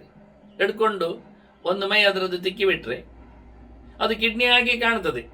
ಬೀಜ ಅಷ್ಟು ದೊಡ್ಡದಿಲ್ಲ, ಸಣ್ಣದು ಹೇಳಿದ. ಅವರೆಕಾಯಿ ಅದಕ್ಕೆ ಹೇಳಿದ, ಅವರೆಕಾಯಿ ಅದೇ ರೀತಿಯಲ್ಲ ಗಾತ್ರ ಅದರದ್ದು, ನೋಡ್ಲಿಕ್ಕೆ ದೊಡ್ಡ ಸೈಜಿನದ್ದು ಕಪ್ಪಿನಲ್ಲಿ ಇರ್ತದೆ. ಹೊಂಗಾರಕನ ಕಾಯಿಂದ 2 ಕಲರ್ ಇರ್ತದೆ, ಸುಮಾರಾಗಿ ಬ್ರೌನ್ ಮತ್ತು ಸ್ವಲ್ಪ ಕಪ್ಪಿನಲ್ಲಿ ಬರುವ ಹಾಗೆ. ಹಾಗೆ ಅವನಿಗೆ ಸ್ಪರ್ಶರಸ ನಾವು ಬೇಕಂದ್ರೆ ಅವನಿಗೆ ನಿದ್ದೆ ಮಾಡಿದಾಗ ಅವನಿಗೆ ಬಿಸಿ ಮುಟ್ಟಿಸಿದ್ರೆ ಬಿಸಿ ಗೊತ್ತಾಗುವುದಿಲ್ಲ. ಅವನಿಗೆ ಐಸ್ ಬ್ರೇಕ್ ಅವನಲ್ಲಿ ಮುಟ್ಟಿಸಿದ್ರೆ ಚಪ್ಪಿ ಗೊತ್ತಾಗುವುದಿಲ್ಲ. ಅವನಿಗೆ ನಾಲಿಗೆಗೆ ಏನಾದರೂ ನೀರು ಹಾಕಿದ್ರೆ ಅವನಿಗೆ ಗೊತ್ತೇ ಆಗುವುದಿಲ್ಲ, ಅದು ಮೆಣಸಿನ ನೀರ, ಅದು ಉಪ್ಪು ನೀರ, ಗೊತ್ತಾಗುವುದಿಲ್ಲ. ಅದು ನಿದ್ದೆಯಲ್ಲಿ ಅವನಿಗೆ ಗೊತ್ತಾಗುವುದಿಲ್ಲವೋ ಮತ್ತೆ ಹಾಗಾದ್ರೆ ಯಾರಿರುವುದು? ಅವನಿಗೆ ಖುಷಿಯಾಗುವುದು ಹೇಗೆ? ಋಷ್ಯತಿ ಕೃಧ್ಯತೆ ಗೋತ್ರ, ನಿಜವಾಗಿ ಖುಷಿಪಟ್ಟವನು ಯಾರು? ಕೋಪಗೊಂಡವನು ಯಾರು? ಶೋಚತಿ ಉದ್ವಿಜ್ಯತೆ ಚಯ, ಉದ್ವೇಗಕ್ಕೆ, ಆಕ್ರೋಶಕ್ಕೆ, ಆವೇಗಕ್ಕೆ ಒಳಗಾದವನು ಯಾರು? ಗಲಾಟೆ ಮಾಡುವುದು ಯಾರು? ದುಃಖಿಸುವುದು ಯಾರು? ಅಳುವುದು ಯಾರು? ಇಚ್ಛತಿ ಧ್ಯಾಯತಿ ದ್ವೇಷ್ಟಿ, ಇಷ್ಟಪಡ್ತಾನೆ, ಬೇಕು ಹೇಳುತ್ತಾನೆ, ಚಿಂತನೆ ಮಾಡ್ತಾನೆ, ಯೋಚನೆ ಮಾಡ್ತಾನೆ, ದ್ವೇಷ ಮಾಡ್ತಾನೆ, ಬೈದುಕೊಳ್ತಾನೆ, ನಿಂದೆ ಮಾಡ್ತಾನೆ. ಇದೆಲ್ಲ ಯಾರು ಎಂದೊಂದಿಗೆ ಹೇಳ್ತಾನೆ? ಹೇಗಾಗುತ್ತೆ ಇದು? ವಾಚಮ ಹಿರೇಯತೆ ಜಗಃ, ಮಾತಾಡುವುದಾದ್ರೆ ಯಾರು? ಈ ಎಲ್ಲ ಯಾರ ಕೆಲಸ ಇದು? ಇದು ಹೇಗೆ? ಇದೆಲ್ಲ ಆಗುವಂಥದ್ದು ಮನಸ್ಸಿನಿಂದ ಆಗ್ತದೆ. ಅದನ್ನ ಮನಸ್ಸೇ ಇಲ್ಲಿ ಉಂಟು, ಜೀವ ಬೇಕಾಗಿಲ್ಲ ಅಂತ, ಜೀವನೇ ಅಲ್ಲ ಅಂತ ಹೇಳಿಕೊಳ್ಳುವ ಹಾಗೆ ವಾದ ಮಾಡಿದ್ರು ಮತ್ತೆ ಭರದ್ವಾಜರು. ಅಂದ್ರೆ ಒಂದೊಂದು ಹಂತ ಅಂತ ಕೇಳುವ ಕತೆ ಇಷ್ಟಕ್ಕೋಸ್ಕರ.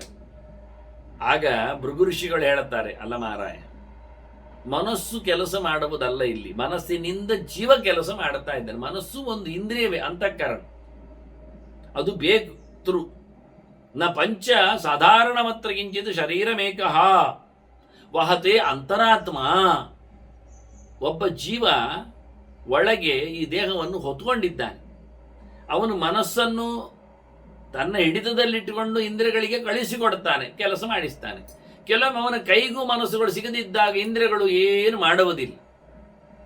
ಸವೇತ್ತಿ ಗಂಧಾಂಶ್ಚ ರಸಾನ್ ಶ್ರುತಿಶ್ಚ ಸ್ಪರ್ಶಂಚ ರೂಪಂಚ ಗುಣಾಶ್ಚ ಏನ್ಯೇ, ಏನೆಲ್ಲ ಗುಣಗಳು ಉಂಟೋ ಅವನ್ನೆಲ್ಲ ತಿಳಿಯುವುದು ಯಾರು ಕೇಳಿದರೆ, ಸ್ಪರ್ಶ ಆಗಲಿ, ರೂಪ ಆಗಲಿ, ರಸ ಆಗಲಿ, ಗಂಧ ಆಗಲಿ, ಆ ಎಲ್ಲ ಇಂದ್ರಿಯಗಳಲ್ಲಿ ವ್ಯಾಪಾರಗಳಾಗುವಾಗ ಅರ್ಥ ಆಗುವಂಥದ್ದು ಮನಸ್ಸಿನ ಮಾಧ್ಯಮದಲ್ಲಿ ಜೀವನಿಗೆ. ಜೀವ ಇದ್ದಾಗ ಜೀವ ಮಾಡಿದ್ದರಿಂದ ಜೀವನಿಗೆ ಸುಖ ದುಃಖ ಅನುಭವ ಆಗುವುದು ಜೀವನಿಗೆ, ಚೇತನನಿಗೆ. ಮನಸ್ಸು ಒಂದು ಜಡವೇ. ಪಂಚಾತ್ಮಕೆ ಪಂಚಗುಣ ಪ್ರದರ್ಶಿ, ಪಂಚಸ್ವರೂಪವಾದ ಈ ದೇಹದಲ್ಲಿ ಆ ಎಲ್ಲ ಗುಣಗಳನ್ನು, ಶಬ್ದಸ್ಪರ್ಶ ರೂಪರಸ ಗಂಧಗಳನ್ನು ಅನುಭವಿಸುವವ, ನೋಡಿಕೊಳ್ಳುವವ ಅವನು ಯಾರು ಕೇಳಿದ? ಸರ್ವ ಗಾತ್ರಾನುಗತ ಅಂತರಾತ್ಮ. ಅವನು ತುಂಬಿ ತುಳುಕಿದವ ಒಳಗೆ. ಇಲ್ಲಿ ಅಂತರಾತ್ಮ ಶಬ್ದದಿಂದ ಭಗವಂತನನ್ನು ಗಮನಿಸಲಿಕ್ಕೆ ಬರ್ತದೆ, ಹೌದು. ಆದ್ರೆ ಈಗ ಜೀವ ವಿಜ್ಞಾನ ಆದ್ರಿಂದ ಜೀವನ ಬಗ್ಗೆ ಮಾತಾಡ್ತಾ ಇದ್ದೇನೆ. ಅಂತಹ ಆತ್ಮ ಅಂತ ಒಳಗೆ ಆತತನಾದವ, ವ್ಯಾಪಿಸಿಕೊಂಡವ. ಆದ್ರಿಂದ ತಲೆಯ ಕೂದಲು ತುದಿಯಲ್ಲಿ ಮುಟ್ಟಿದರೂ ಗೊತ್ತಾಗ್ತದೆ, ಕಾಲಿನ ಉಗುರಿನ ತುದಿಯನ್ನು ಎಳೆದರೂ ಅರ್ಥ ಆಗ್ತದೆ ಅವನಿಗೆ. ಇರುವುದು ಜೀವ ಅಣು. ಅಂತರಾತ್ಮನು ಅಂತರಿಂದ್ರಿಯಕ್ಕಿಂತ ಭಿನ್ನನಾಗಿ ಜೀವನಾಗಿ ಗುರುತಿಸಲ್ಪಡುತ್ತಾನೆ. ಇಲ್ಲಿ ಸವೇತ್ತಿ ದುಃಖಾನಿ, ನಿಜವಾಗಿ ಮನಸ್ಸಿಗೆ ದುಃಖ ಆಗುವುದಲ್ಲ, ಮನಸ್ಸಿನ ಮೂಲಕದಲ್ಲಿ ಜೀವನಿಗೆ ದುಃಖ ಆಗುವುದು. ಸವೇತ್ತಿ ದುಃಖಾನಿ ಸುಖಾನಿ ಚಾತ್ರ ತತ್ವಿಪ್ರಯೋಗಾತ್ತು ನವೆತ್ತಿ ದೇಹ. ಒಂದೊಮ್ಮೆ ಜೀವ ಹೋಗಿಬಿಟ್ರೆ ಮತ್ತೇನು ಸಹ ದುಃಖಾದಿಗಳೆಲ್ಲ ದೇಹಕ್ಕೆ ಆಗುವುದಿಲ್ಲ, ವ್ಯವಸ್ಥೆ ಇಲ್ಲ. ಈ ರೀತಿಯಾಗಿ ಸ್ಪಷ್ಟವಾಗಿ ಮನಸ್ಸಿಗಿಂತ ಭಿನ್ನವಾದಂಥ ಚಿಂತನೆಯಲ್ಲಿ ಭೃಗು ಋಷಿಗಳು ಮತ್ತು ಉಲ್ಲೇಖ ಮಾಡ್ತಾ, ಯದಾ ನ ರೂಪಂ ನ ಸ್ಪರ್ಶ ನೋಷ್ಮಭಿ ತಸ್ಯ ಪಂಚಕೆ.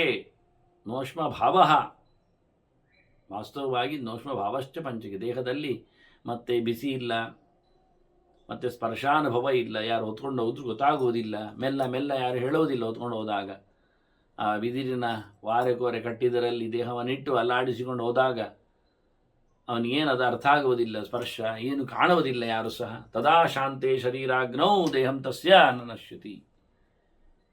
ಈಗ ಶಾಂತವಾಗಿರುತ್ತದೆ, ದೇಹದ ಬಿಸಿ ಹೋಗಿರುತ್ತದೆ, ಹಾಗಾಗಿ ಅಲ್ಲಿ ದೇಹ ಹೊರಟೋಗ್ತದೆ, ಅದ್ರ ಜೀವ ಅಲ್ಲಿದ್ದವ ಸಾಯುವುದಿಲ್ಲವ ಬೇರೆ ಹೋಗ್ತಾನೆ ಅನ್ನೋ ಸ್ಪಷ್ಟ ಅಭಿಪ್ರಾಯವನ್ನು ಉಲ್ಲೇಖ ಮಾಡುತ್ತಾ ಇಡೀ ಜಗತ್ತಿನ ಈ ಚಿತ್ರಣವನ್ನು ಕೊಡುವಲ್ಲಿ ಅಮ್ಮಯಂ ಸರ್ವಮೇವೇದಂ ಆಪೋ ನಾರಾ ಇತಿ ಪ್ರೋಕ್ತಾ ಆಪೋ ವೈ ನರಸು ನಮಃ ಅಂತ ಹೇಳಿಕೊಂಡು ಎಲ್ಲೆಡೆ ಬರುವಂತೆ ತೇನ ನಾರಾಯಣ ಸ್ಮೃತಃ ಅಂತ ಮೊದಲು ಸೃಷ್ಟಿ ಮಾಡಿದ್ದು ನೀರನ್ನು ಅಂತ ಹಿಂದೆ ಹೇಳಿಕೊಂಡಿದ್ದ ಭೃಗು. ಹಾಗಾಗಿ ಎಲ್ಲ ಕಡೆಯಲ್ಲಿ ತುಂಬಿ ತುಳುಕುವಂಥದ್ದು ನೀರೇ. ಅಮ್ಮಯಂ ಸರ್ವಮೇವೇದಂ ಆಪೋ ಮೂರ್ತಿ ಶರೀರಿಣಾಂ ತತ್ರ ಆತ್ಮ ಮಾನಸಃ ಬ್ರಹ್ಮನ್ ಸರ್ವಭೂತೇಶು ಲೋಕಕೃತ್.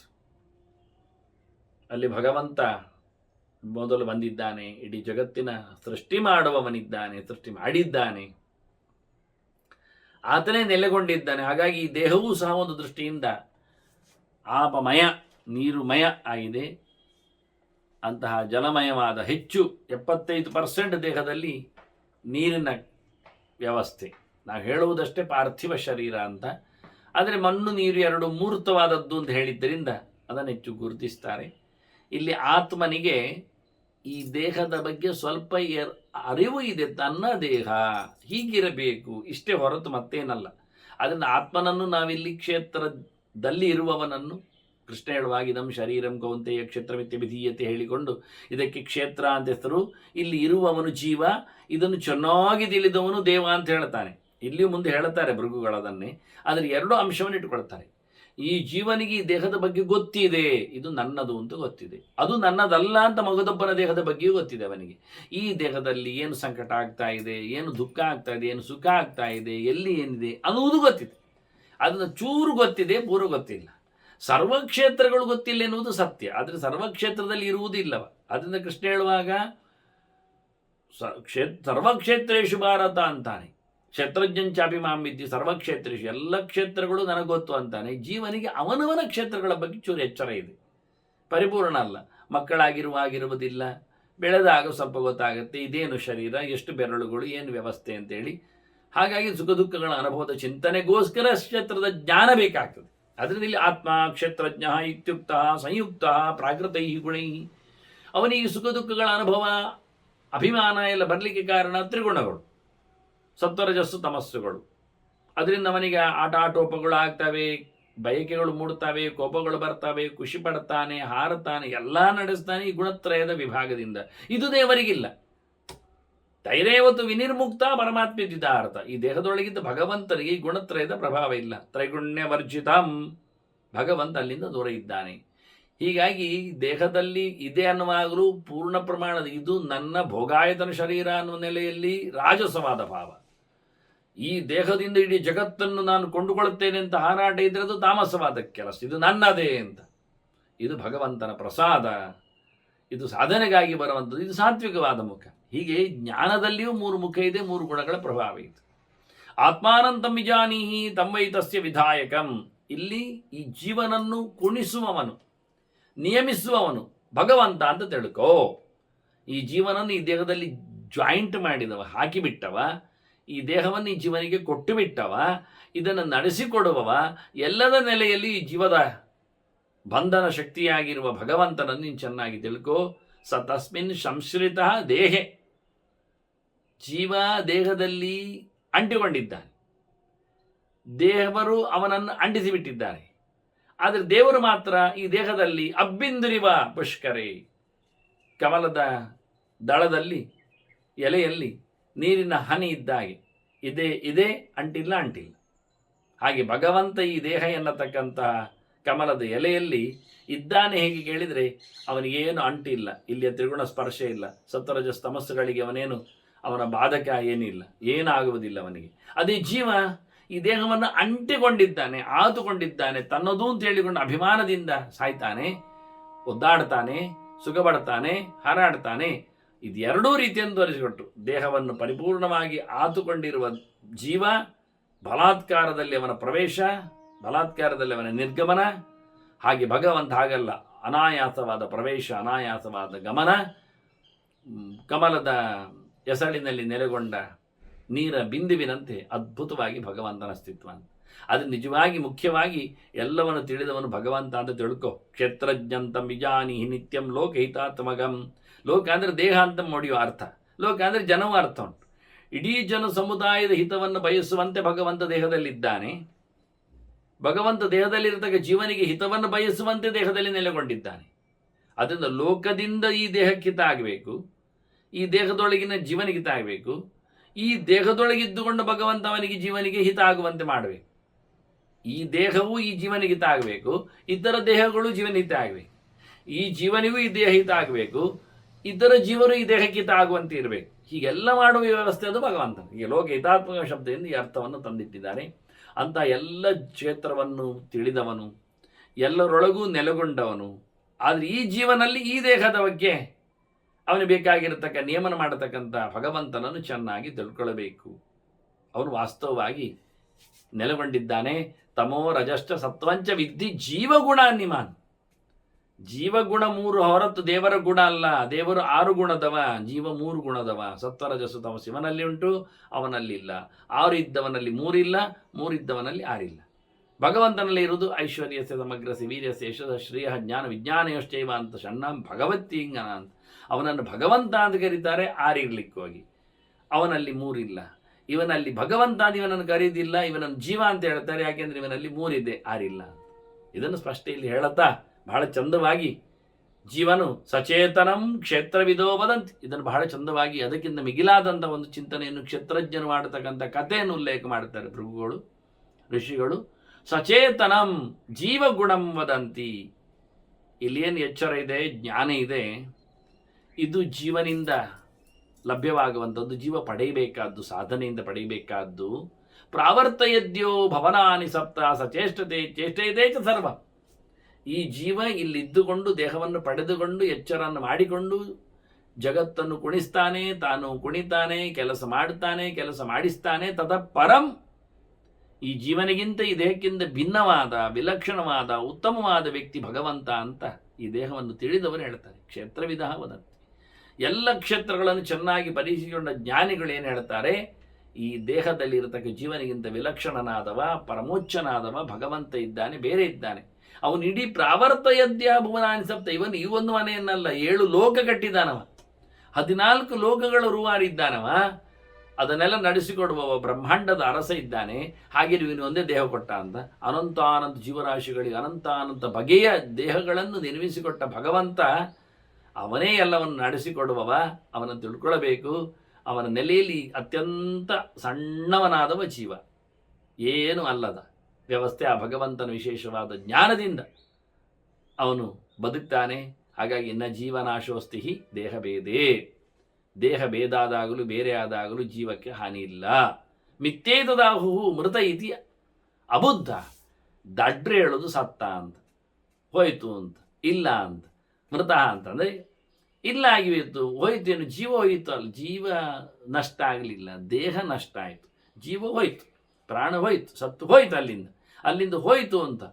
ಅದರ ನಷ್ಟವಾದದ್ದು ಯಾವುದು ಕೇಳಿದರೆ ದೇಹ ಅಷ್ಟೇ. ಜನರಿಗೆ ಅದು ಅರ್ಥ ಆಗ್ತಾ ಇಲ್ಲ.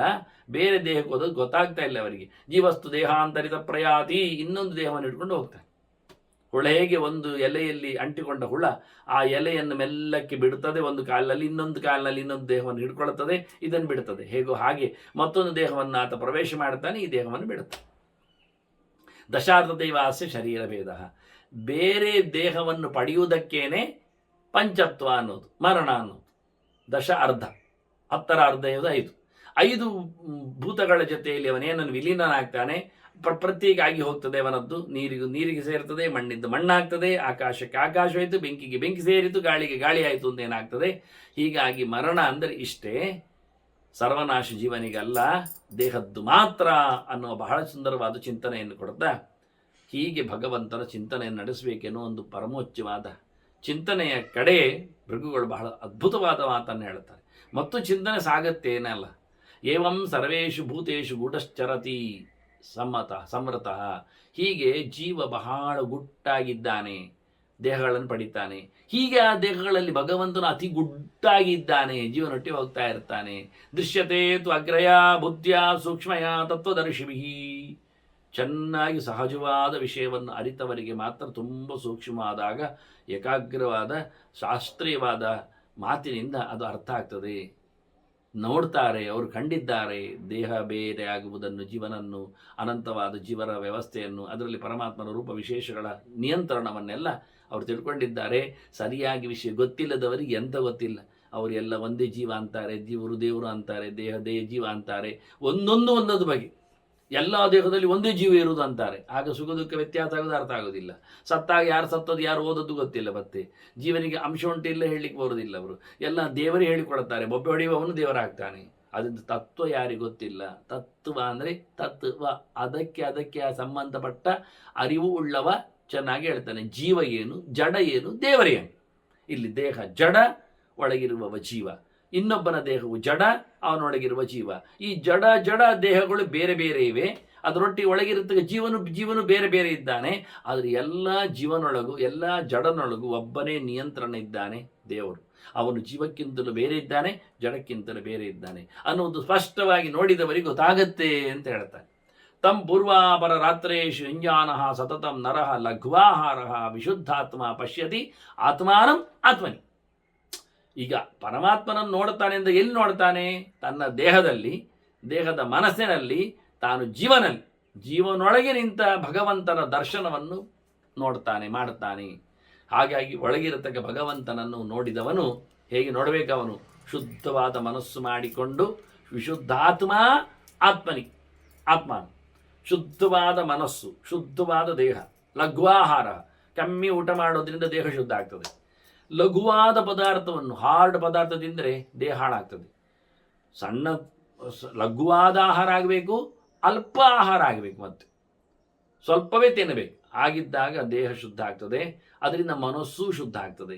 ಊಟದ ನೆಲೆಯಲ್ಲಿ ಮನಸ್ಸು ದೇಹ ಶುದ್ಧ ಆದಾಗ ಜೀವ ದೇವರನ್ನು ಕಾಣಲಿಕ್ಕೆ ಸಮರ್ಥನಾಗ್ತಾನೆ. ಅದಕ್ಕೋಸ್ಕರ ಸತತಂ ನರಃ ಯುಂಜಾನಃ, ನಿರಂತರವಾಗಿ ತಾನು ಪ್ರಯತ್ನ ಪಡಬೇಕು. 1 ದಿನದಲ್ಲಿ, 10 ದಿನದಲ್ಲಿ, 100 ದಿನದಲ್ಲಿ, 1 ಜನ್ಮದಲ್ಲಿ, 100 ಜನ್ಮದಲ್ಲಿ ಅಲ್ಲ, ನಿರಂತರವಾದ ಬಹೂನಾಂ ಜನ್ಮನಾಮಂತೆ ಜ್ಞಾನವಾನ್ ಮಾಂ ಪ್ರಪದ್ಯತೆ ಎಂದು ಕೃಷ್ಣ ಹೇಳಿದಾಗೆ ಬಹಳ ಜನ್ಮಗಳ ನಂತರದಲ್ಲಿ ತಮ್ಮ ಪೂರ್ವಾಪರ ರಾತ್ರೇಶು ಯುಂಜಾನಃ, ಹಗಲು ರಾತ್ರಿ ಎನ್ನದೆ ಇಡೀ ದಿನಗಳಲ್ಲಿ ಭಗವದೆಚ್ಚರವನ್ನು ಸಂಪಾದನೆ ಮಾಡಿಕೊಂಡವನು ಒಂದಲ್ಲ ಒಂದು ದಿನ ದೇವರನ್ನು ನೋಡುತ್ತಾನೆ. ಚಿತ್ತಸ್ಥ್ಯ ಹಿ ಪ್ರಸಾದೇನ ಹಿತ್ವಾ ಕರ್ಮ ಶುಭಾಶುಭಂ. ಅವನಿಗಾಗ ಅವನ ನಿರ್ಮಲವಾದ ಮನಸ್ಸು ಕೆಟ್ಟ ಕೆಲಸಗಳನ್ನು ಬಿಡುತ್ತದೆ, ಒಳ್ಳೆಯದನ್ನು ಮಾಡುವುದನ್ನು ನಿಲ್ಲಿಸ್ತದೆ. ಯಾಕೆ ಕೇಳಿದರೆ ಅವನಿಗೆ ಧ್ಯಾನವೇ ಪ್ರಧಾನ ಆಗ್ತದೆ. ಅವನಿಗೆ ಪ್ರಾಕೃತವಾದ ಧರ್ಮಗಳು, ಪ್ರಾಕೃತವಾದ ಪುಣ್ಯಗಳು ಮುಖ್ಯ ಆಗುವುದಿಲ್ಲ. ಅವನು ಭಗವಂತನ ಎಚ್ಚರದಲ್ಲಿ ಹೋಗ್ತಾನೆ. ಹಾಗಾಗಿ ಭಗವಂತನ ವಿಶೇಷವಾದ ಪ್ರಸಾದದಿಂದ, ಜ್ಞಾನಸ್ವರೂಪನಾದ ಭಗವಂತನ ಪ್ರಸಾದದಿಂದ ಅಪರೋಕ್ಷದೆಡೆಗೆ ಸಾಗ್ತಾನೆ. ಹಾಗೆ ಪ್ರಸನ್ನಾತ್ಮ ಆತ್ಮನಿ ಸ್ಥಿತ್ವ. ಭಗವಂತನ ಪ್ರಸನ್ನ ಅಂದರೆ ಪರಮಾತ್ಮನು ಸನ್ನನಾಗಿದ್ದಾನೆ, ಬಂದು ಕೂತಿದ್ದಾನೆ ಅಂತ ಅರ್ಥ. ದೇವರು ಕೂತ ನೆಲೆಯಲ್ಲಿ ಜೀವ ಬಹಳ ಚೆನ್ನಾಗಿ ಸುಖಮವ್ಯೇಮಷ್ಟೊತೆ, ಮೋಕ್ಷದ ಸುಖವನ್ನು ಪಡಿತಾನೆ. ಇಲ್ಲಿಯೂ ಅನಂತ ಸುಖವನ್ನು ಪಡಿತಾನೆ. ಇಲ್ಲಿಂದ ಹೊರಡದಾಗ ನಿರಂತರವಾದ ಸುಖದೆಡೆಗೆ ಅವನು ಭಾಗಿಯಾಗ್ತಾನೆ. ಹೀಗೆ ಮಾನಸೋಗ್ನಿ ಶರೀರೇಶು ಜೀವ ಇತ್ಯಭಿಧೀಯತೆ.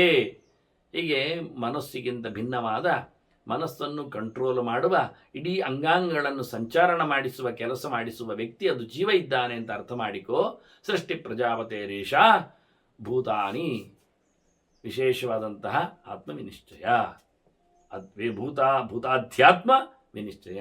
ಪಂಚಭೂತಗಳ ಅಧಿಕ ಆತ್ಮನಾದ ಪರಮಾತ್ಮನ ಚಿಂತನೆ ಮಾಡಿದ ಜನರು ಹೇಳಿರತಕ್ಕ ಪ್ರಕಾರದ ವಿಷಯ ಇದು. ಈ ಜಗತ್ತಿನ ಸೃಷ್ಟಿಯ ಕತೆ, ಇಡೀ ಭಗವಂತನ ಇದು ಸೃಷ್ಟಿಯ ಲೀಲೆ. ಇಲ್ಲಿ ಅವನ ಮುಖ್ಯ ಕಾರಣನಾದ ಚತುರ್ಮುಖ ಮಾಡಿಕೊಂಡಿರತಕ್ಕ ಬಗೆ ಇದು ಅಂತ ಹೇಳಿ ಜೀವವಿಜ್ಞಾನವನ್ನು ಬಹಳ ಸುಂದರವಾಗಿ ಭೌತ ವಿಜ್ಞಾನಕ್ಕಿಂತ ಆಚೆಗೆ ಮನೋವಿಜ್ಞಾನಕ್ಕಿಂತ ವಿಶ್ಲೇಷಣೆ ಮಾಡಿಕೊಂಡು ಸ್ಪಷ್ಟವಾಗಿ ಇಲ್ಲಿ ಭೃಗುಗಳು ಹೇಳಿದ್ದಾರೆ. ಅದರಲ್ಲಿ ಭಗವಂತನ ಪ್ರತಿಷ್ಠೆ ಮಾಡುವ ಮೂಲಕ ವಿಶೇಷವಾದ ಅನುಸಂಧಾನಕ್ಕೆ ಎಚ್ಚರ ಕೊಟ್ಟಿದ್ದಾರೆ, ಅಧ್ಯಾತ್ಮದೆಡೆಗೆ ಅದನ್ನು ಒಲೈಸಿದ್ದಾರೆ ಅನ್ನುವ ನೆಲೆಯೊಂದಿಗೆ ಮತ್ತೆ ಮುಂದಿನ ಚಿಂತನೆಗೆ ಸಾಗುವ ವಂದನೆಗಳೊಂದಿಗೆ ಶ್ರೀಕೃಷ್ಣ ಅರ್ಪಣಮಸ್ತು. ನಾರಾಯಣ.